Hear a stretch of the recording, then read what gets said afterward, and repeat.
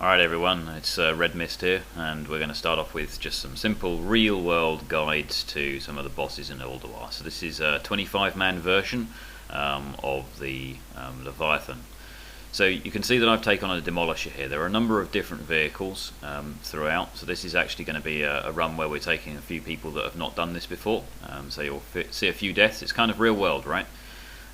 Now you see the vehicles up front. Now those are effectively tanks, and the tanks tend to take those. They have a shield ability, and they're the ones that need to go and tank the larger mobs. Now these towers you see us destroying, hard mode is to not destroy any of these towers. So we're actually going to do this on easy mode just to show you what's going on. So we're going to kill those towers. Now the little dudes that are running around, they don't do much damage, but it's worth killing them. Now as a Demolisher, you've got a couple of tasks. You've got two main abilities. You can see I'm shooting with sort of just a fireball type of ability. This does a relatively large amount of AoE.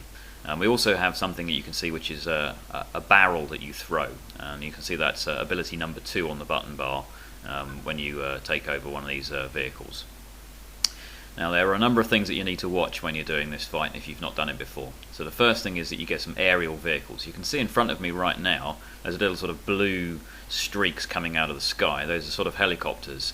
Now the gunners that are passengers on the Demolishers, that's the vehicle I'm driving at the moment, I have a passenger. They have an aerial gun capability that you can use to shoot those helicopters down. Now as you go through the encounter, what you're doing is you're heading all the way down to where the boss is. Now you'll take damage throughout all of this, less damage if you're used to it, and more damage if you're not used to it. Tank the big guys. Always watch behind you as well, because you get a large sort of spider-like robot that will come in from behind you.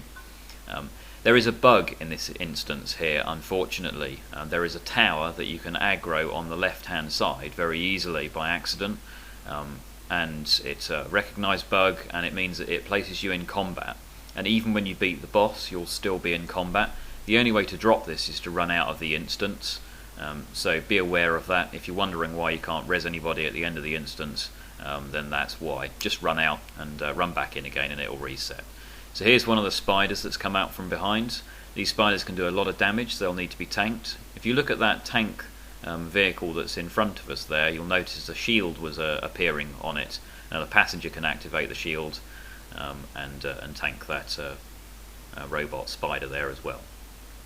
Now you notice I had a quick little look behind me to see another spider, and that's something to be aware of as well.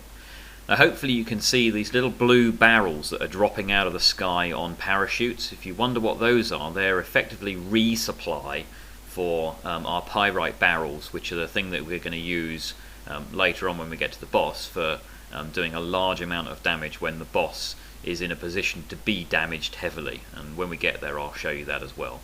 So we can see that that spider's coming down the ramp up on the left there, and I'm in a position to get ready to start making sure that we can do some AoE damage on that spider straight away. The spider's got a sort of a laser beam ability, and it hurts quite hard. Now the other thing that you'll see zipping around in this video are people on little motorbikes. Now those have got a very important job later on, particularly at the boss. They effectively can take passengers, and they'll need to go and pick up people when we get to the boss and take them back to the vehicles in a little while. So you'll see that happen when we get to the boss. This is a very straightforward encounter. It's a little tricky if you've not seen it before. It's also tricky if you've got any button bar mods and you can't see all of the buttons. We had a couple of raid members when we first started doing this, which, let's face it, wasn't very long ago, that had their pet bars only showing the first 4 buttons, and they were missing some very important buttons. In a Demolisher, the one that I'm driving at the moment, there's a special button which is effectively launch passenger. And what it'll do is the passenger can load themselves up into my catapult, and I can launch them on top of the boss. Now that needs to be done when we get to the boss, and it needs to be done for a very good reason. So this is the tower that's been aggroed. You can see it shooting. I'm targeting it here to show you. Now it's been shooting at us for a little while in this encounter, and it's now bugged. It can't be destroyed, and that's the thing that's putting us in combat. Okay. Now the other thing that you can notice in this encounter, when you get all the way down to where the gate is, the boss comes through that gate up ahead, is that there'll be little platforms. Now I'm driving towards one of these platforms here. Now these are repair platforms. If you drive onto these platforms, you effectively get all of your energy back, all of your health back, and it allows you to get rid of the boss a lot more easily. Now we've already completed this encounter with a team that's done this a few times, with the achievement, which is to ignore the platforms and just go for the boss. Again, you can see some of these barrels dropping out of the sky. Now the gunner that's with me is shooting those barrels out of the sky to make sure that we've got some reloads. Now we've got some extra mobs that have come down here and attacking me, so I've called out on Ventrilo that we need somebody to make sure that those are destroyed, and you can see that the team's turning around. We've got a tank coming in, and those mobs will be taken care of, which is just good teamwork. It does require Ventrilo to make sure that these encounters work well. When you're DPSing these dudes at the end, make sure you take one side first. Don't aggro everything. We take the right and then the left, and it just makes it easier. Your vehicles will take less damage, and you'll be ready to encounter the boss. So in a moment you'll see the boss start to arrive. Make sure your gunners are shooting down the pyrite barrels that are floating around in the sky. That allows you to resupply if you want to. So here's the Flame Leviathan. Now this boss will pursue random raid members. Now those raid members will need to be running away. Some of these vehicles have what's called a boost, which allows them to go faster. So use that if necessary, and you'll take quite a lot of raid damage during this. Now sometimes people will be ejected from their vehicles, either if the vehicle is destroyed through raid damage, or because they're launched up on top of this Flame Leviathan. Now when you go on top of this Flame Leviathan, you've got a very important job. What you'll need to do before the raid starts, if you've never done this boss before, is to allocate 2 people on the boss duty. Now these 2 people, you'll have 1 healer and 1 DPS, and they'll need to be riding as passengers in the Demolishers. So I've got a healer with me. It's a holy priest, one of our main class leaders for healing, and he is going to be launched up on top of this vehicle. Now you'll notice, hopefully, that there's this vehicle, when you start to play this instance, there's a stacking buff that this vehicle gets, where its damage gets higher and higher and higher. Now on top of this vehicle there's an encounter that you have to do individually. It's like a button. You have to DPS, push the buttons.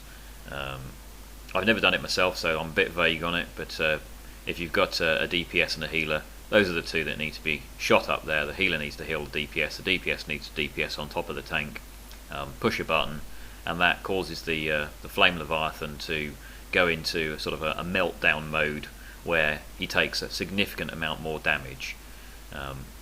So I'm going to launch up on top of this Flame Leviathan, my passenger, shortly. It's a little tricky to do the launch. They'll need to load themselves into the catapult, and you need to be in the right position and get the catapult facing the right way. It takes a little bit of effort to try and get it right, and it's a little tricky sometimes. So try it out a few times if you've never done this before, and eventually you'll get it right.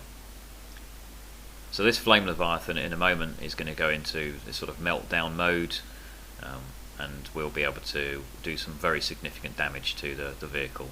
And I'm going to use my pyrite barrels when that happens. So here we've got the warning that the circuits have overloaded, and I'm now spamming the pyrite barrels into the Flame Leviathan, and you can see that the damage that's being done is significantly higher. And this is where you take the majority of the Flame Leviathan's health down to beat the encounter. Again, it's just an introduction encounter to the instance. If you've never done it before, the chances are you'll end up with a few dead. It's a bit tricky for the motorbikes to go around and pick the people up who were on top, but with practice you'll get very good at this encounter. It's effectively free loot once you know what you're doing.